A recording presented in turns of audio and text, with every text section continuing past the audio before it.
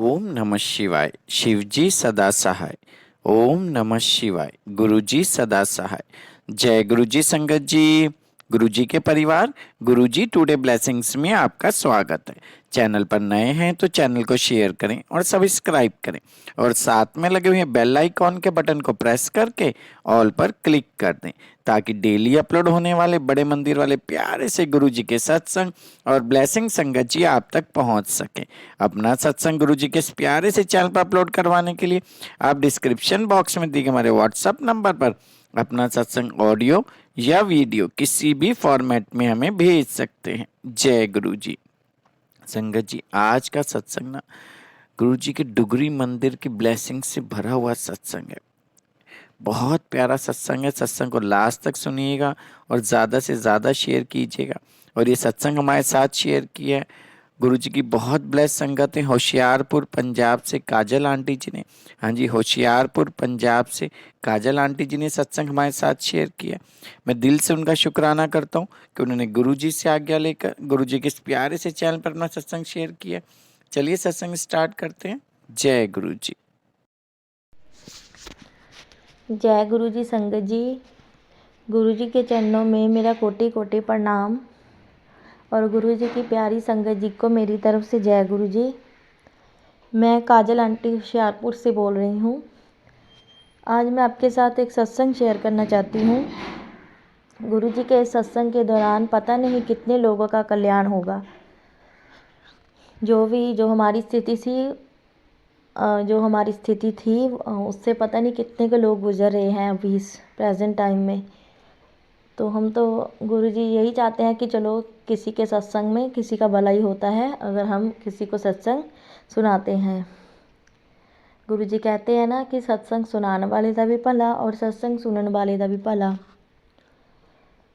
तो संगत जी, मेरे ना अंकल है जो वो ना डुगरी मंदिर में सेवादार हैं। जनवरी महीने में 6 और 7 तारीख दोनों को ही डुगरी का मंदिर ओपन था। तो उस वक्त ना सर्दी भी बहुत पड़ रही थी। तो मैंने अपने अंकल को कहा कि डुगरी के मंदिर के पास ही में कोई गांव है, वहाँ हमारे ना रिलेटिव्स रहते हैं। मैंने इनको कहा कि आप वहाँ पर जाके रुक जाओ और अब सुबह होगी 7 तारीख को तो आप सीधा वहाँ से डुगरी मंदिर चले जाओ। तो इन्होंने फिर ऐसे ही किया। जब ना ये घर से चलने लगे, इनका ना जो बाइक है वो थोड़ी सी गिरने लगी और मेरे मन में वहम आया कि पता नहीं ऐसा क्यों हो रहा है। चलो फिर मैंने कहा चलो कोई बात नहीं, गुरुजी साथ ही है, मैं किसी वहम में ना पड़कर इनको वहाँ पर भेज देती हूँ। संगत जी, मेरे अंकल के घर से जाने की देर है कि रात को ना मेरा बेटा बहुत बीमार पड़ गया, उसे वाउंटिन होने लगी। तो मैं डरी तो नहीं, चलो गुरुजी साथ ही होते हैं हमेशा, क्योंकि गुरुजी के सब रूप हमारे कमरे में भी लगे हुए हैं और घर में भी विराजमान है गुरुजी। तो मैंने ना इसको जल प्रसाद दिया गुरुजी का, उससे इसने कैसे भी करके रात निकाल ली। सुबह हुई तो जो घर में दवाइयाँ होती हैं पड़ी वही मैंने इसे दी। जो हमारे एरिया में कोई हॉस्पिटल नहीं है, जहाँ हॉस्पिटल है वो हमसे करीब 1 घंटा दूर पड़ता है। तो मैंने कहा कि मैं अकेली कैसे जाऊँगी, चलो कोई बात नहीं, अब ये ठीक है थोड़ा सा, आज का दिन और रात भी निकाल लेगा तो हम इसे 8 तारीख को हॉस्पिटल ले जाएंगे। तो संगत जी, कैसे भी कर कर हम 8 तारीख को हॉस्पिटल ही से ले गए और डॉक्टर ने दवाई देकर हमें घर पर भेज दिया। तो संगत जी, दवाई जो हमने इसको ला कर दी ना वो इसको लग ही नहीं रही थी, इतना इसका बुरा हाल। कैसे भी करके थोड़े दिनों में इसे फ़र्क पड़ गया। और संगत जी, रात को ना जब ये सारी रात ये सोता नहीं था, मतलब इतना परेशान करता था कि हमें समझ नहीं आ रहा था कि ये हो क्या रहा है इसे। फिर थोड़े दिनों के बाद ही है ना हमें लगा कि अगर कोई दवाई की ज़रूरत हो, कोई शरीर का कोई कुछ अंग इसका दुख रहा हो तो चलो हम दवाई दे देते हैं, लेकिन शरीर में तो इसका कोई तकलीफ़ें नहीं थी। रात को नहीं सोता था, हमें समझ नहीं आ रहा था कि इसे हो क्या रहा है। ये रात को ऐसे हाथ पैर मार रहा होता था जैसे इसको ना कोई उठाने की कोशिश कर रहा हो। लेकिन हम गुरुजी का मंत्र जाप करते थे। गुरुजी के मंत्र जाप से ही हमने 1 महीना निकाला, वरना ये 1 महीना सारी रात नहीं सोया है। जनवरी महीना इसने तो सोकर ही नहीं देखा। तो एक तो टेंशन की पता नहीं क्या हो गया है इसे, क्या नहीं समझ नहीं आ रहा था। लेकिन गुरुजी के ना मेरे को मैसेज आ रहे थे कि किसी ने ना ब्लैक मैजिक करके रखा हुआ है। लेकिन कुछ थोड़ी देर बाद हमें समझ आया कि ये ब्लैक मैजिक की ही वजह से ये सो नहीं रहा है, इसे कोई तंग जा कोई परेशान कर रहा है। तो एक दिन मैं इसको लेकर ना, इसको गोद में लेकर, क्योंकि ये 3 साल का है, इसको गोद में लेकर ना मैं इसे सुला रही थी। तो मेरे को ना एक बहुत ही, क्या कहूँ मैं, बहुत ही सुंदर सी लड़की दिखाई दी जो इसे बुला रही है। वैसे ही मेरी तो थोड़ी सी आँख लगी तो मुझे वो दिखाई दी, और फिर मेरे को समझ आया कि यही लड़की है जो इसको तंग करती है, रात को इसको सोने नहीं देती। बच्चा भी क्या करे, एक तो ये बोल नहीं सकता क्योंकि 3 साल का है, तो बच्चा हम बोल कर थोड़ी ना बताएगा। हम जैसे बड़े को कोई ऐसा कुछ हो तो हम तो चलो बोल कर भी बता देंगे। तो मैंने हिम्मत नहीं हारी, मैं गुरुजी का सारी रात अपने फ़ोन में भजन लाई रखती थी। गुरुजी के सत्संग सुनती रहती थी। गुरुजी का मंत्र जाप तो हम सुनते ही हैं। तो जैसे कैसे करके हमने 1 महीना निकाल दिया। तो फरवरी महीने में जब गुरुजी का डुगरी मंदिर ओपन होना था, तो उसके 1 दिन पहले शनिवार को ये इसकी तबीयत फिर ख़राब होगी। इसको बुखार इतना, मैंने सोच लिया, मैंने ना गुरुजी की अरदास की कि गुरुजी प्लीज़ हमें कोई रास्ता दिखाइए कि ये कैसे ठीक होगा, दवाइयाँ भी नहीं लग रही हैं इसको। तो गुरुजी ने ना मेरे को कहा कि इसको ना डुगरी मंदिर लेकर आ, डुगरी मंदिर लेकर आ। तो हमारे गांव में ना साईं बाबा जी का भी मंदिर है। वहाँ पर भी उस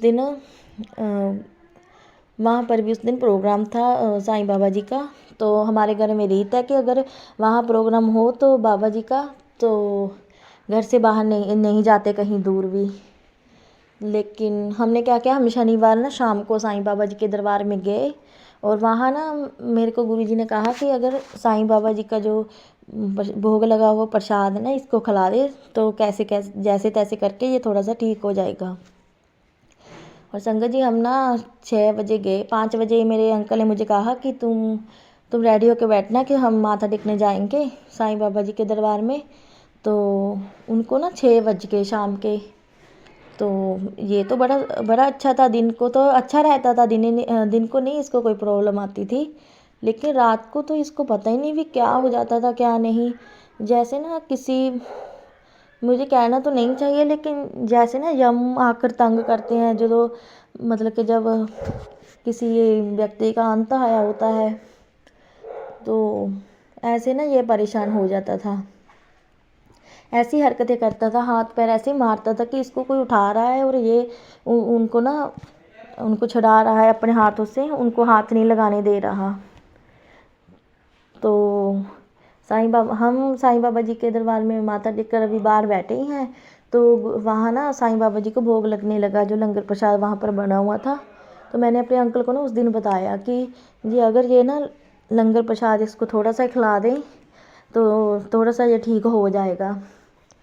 तो वो ना जहाँ वहाँ के जो पुजारी थे वो लंगर प्रसाद साईं बाबा जी को भोग लगा कर आ रहे थे। तो जब वो बाहर आए ना, तब मेरे अंकल गए उठकर उनके पास, उन्होंने उनसे कहा कि थोड़ा सा लंगर प्रसाद दे दीजिए प्लीज़, हमारा बच्चा बहुत बीमार है। हमने ना इसे साईं बाबा जी के मंदिर में ही थोड़ा सा लंगर प्रसाद खिला दिया जितना ये खा सकता था। और ना संगत जी, लंगर प्रसाद जब इसने खाया ना, इसको इतना ज़्यादा बुखार, दिन में ये अच्छा था, मैं नहीं कहती कि दिन में ये मतलब दिन में भी ऐसे ही रहता था, सिर्फ ये रात को ऐसा तंग करता था। इसको इतना बुखार आ गया ना संगत जी कि मैं आपको बता नहीं सकती कि 104 या 105 बुखार होगा इसको। तो उस दिन भी मैं शनिवार की रात को भी मैं सारी रात नहीं सोई, मैं इसके पास बैठी रही और मैं गुरुजी का ही मतलब ध्यान करती रही, गुरुजी से बात करती रही कि गुरुजी मेरे को कह रहे थे तू फिक्र मत कर, तेरे को रोकने की कोशिश कर रही है जो भी तुम्हारे ऊपर ब्लैक मैजिक है, तू फिक्र मत कर कि तुम्हें आना ही है। चाहे उस दिन ना संगत जी बारिश भी बहुत थी, जब बारिश हो ना तो हम कहीं जाते नहीं हैं, क्योंकि फिर तो घर में ही रहना पड़ता है ना। लेकिन हमने हिम्मत रखी है हमने कहा कि कोई बात नहीं, बारिश हो चाहे कुछ भी आ जाए, अब तो हम जाकर ही रहेंगे गुरु जी के पास। तो संगत जी, शनिवार को ना मेरी ननंद भी हमारे घर में आ गए, क्योंकि हमारे घर में फिर सास ससुर नहीं है ना मेरे, तो ऐसे भी हम नहीं जाते हैं जब कोई हमारे रिलेटिव्स आ जाते हैं। तो शनिवार को वो भी आ गए और हमें पता नहीं था कि उन्होंने आना है, उसी दिन हमें पता लगा। तो फिर भी हम चलो रविवार हम किसी न किसी तरह घर से बाहर निकल कर हम डुगरी मंदिर चले गए। डुगरी मंदिर में दवाइयाँ जो इसकी थी बुखार की, वो हम इसके साथ ही लेके थे, और रास्ते में इसको दवाई देते देते हम किसी न किसी तरह गुरु जी के मंदिर में पहुंच गए। तो जैसे ही पहुँचे वहाँ हम जब लाइन में लगे हैं, तो संगत जी उन्होंने ना जो सेवादार अंकल होते हैं, उन्होंने ना 2 चाय प्रसाद दिया हमें, और मैंने ना अपने बेटे को पिलाया चाय प्रसाद। इसने ना 2 बारी चाय प्रसाद लिया, और मेरे को लगा कि 2 चाय प्रसाद पीने से ही ये थोड़ा सा ठीक हो रहा है।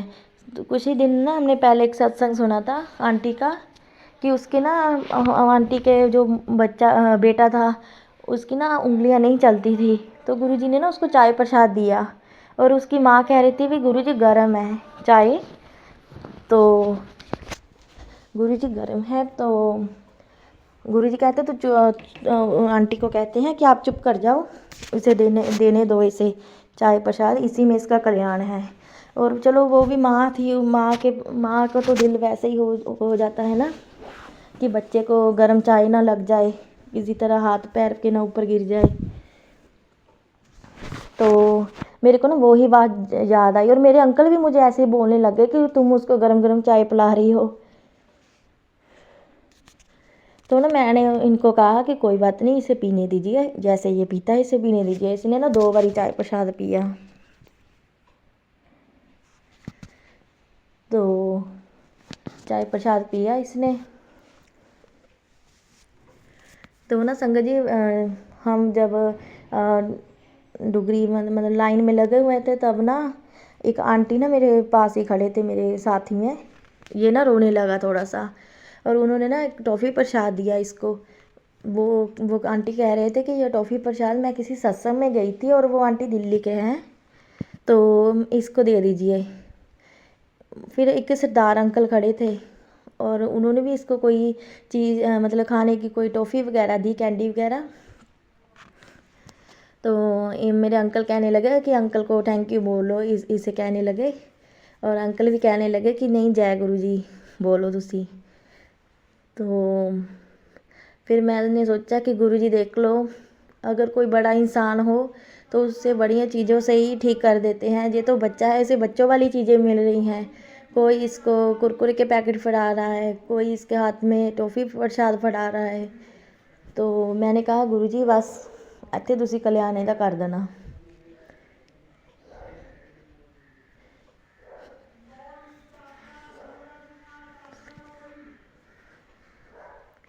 तो संगत जी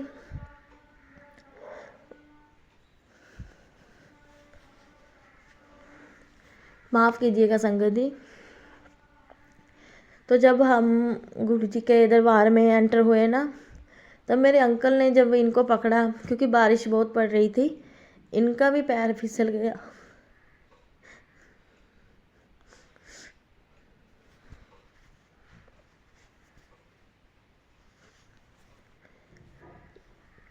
माफ़ कीजिएगा संगत जी।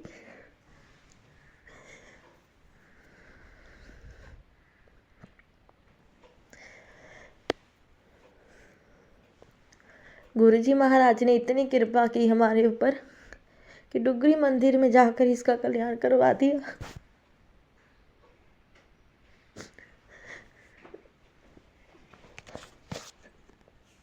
सॉरी संगत जी।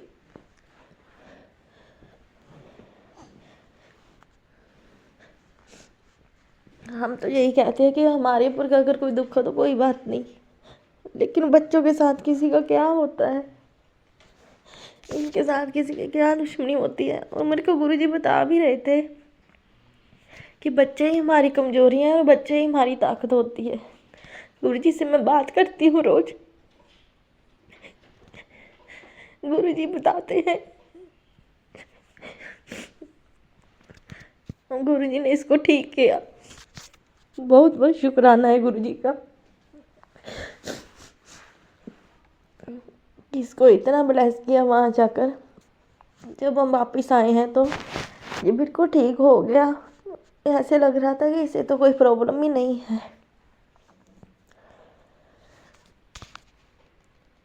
माफ़ कीजिएगा संगत जी, जो हमारे साथ तो हुआ है ना,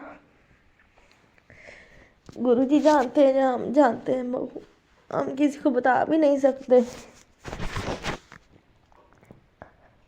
तो जो गुरु जी की इतनी कृपा रही है कि हमको हमारा बच्चा ब्लेस कर दिया इन्होंने। और मेरे को घर में आकर मैसेज भी आ रहे थे कि बच्चा ब्लेस हो चुके हैं, बच्चे ब्लेस हो चुके हैं। जय गुरु जी, शुक्राना गुरु जी। अगर मेरे से कोई भूल चूक माफ़ हुई हो तो मुझे माफ़ करिएगा संगत जी, और माफ़ करिए गुरु जी। जय गुरु जी, शुक्राना गुरु जी।